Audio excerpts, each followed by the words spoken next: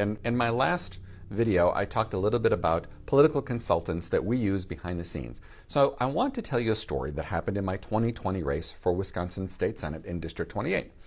I had the opportunity to go on conservative talk radio here in Milwaukee. Again, I'm running as a Democrat, so that's an unusual situation. And I wound up being on the air for 20 minutes.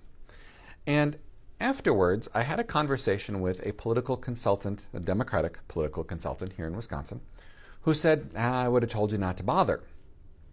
And I said, well, I got to talk for 20 minutes with the people that I need to connect with the most, and it didn't cost me anything. And he said, Adam, you didn't connect with the people you need to connect with. And I thought that was kind of odd, but here was the rationale. Here was the data. He said, we know that the people that listen to conservative talk radio are the most conservative, the most right-wing, the most difficult to move. He said they might cost $80 per vote in order to move, whereas, say, somebody more moderate or, say, somebody that doesn't normally vote, that we're trying to convince to vote, might only cost $10 or $20. So they might be several times more expensive because they are the most entrenched. They are the most conservative. He said, so there was no value in you going there.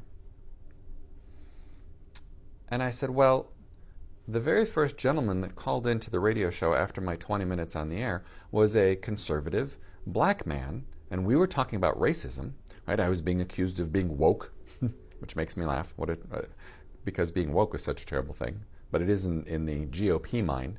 Anyway, I was accused of being woke. We were talking racism. The very first gentleman to call in after the show was a black conservative who agreed with me. And I guarantee you that Dan O'Donnell was shocked that that was the caller.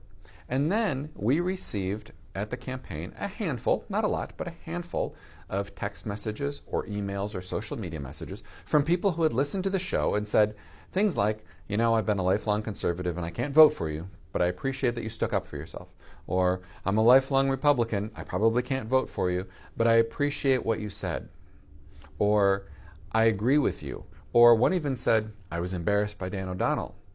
Okay, think about how much courage that took to write those messages, or to be that first caller, that black caller, to call into a conservative radio show and agree with the white guy who was being accused of being a racist. That took incredible courage, which means that we connected with a few people. And that should be the goal. Because yes, they are absolutely the most conservative and they are going to be the hardest to move. But if we can connect with a few of them, it means that all of these ones in between, we can absolutely connect with.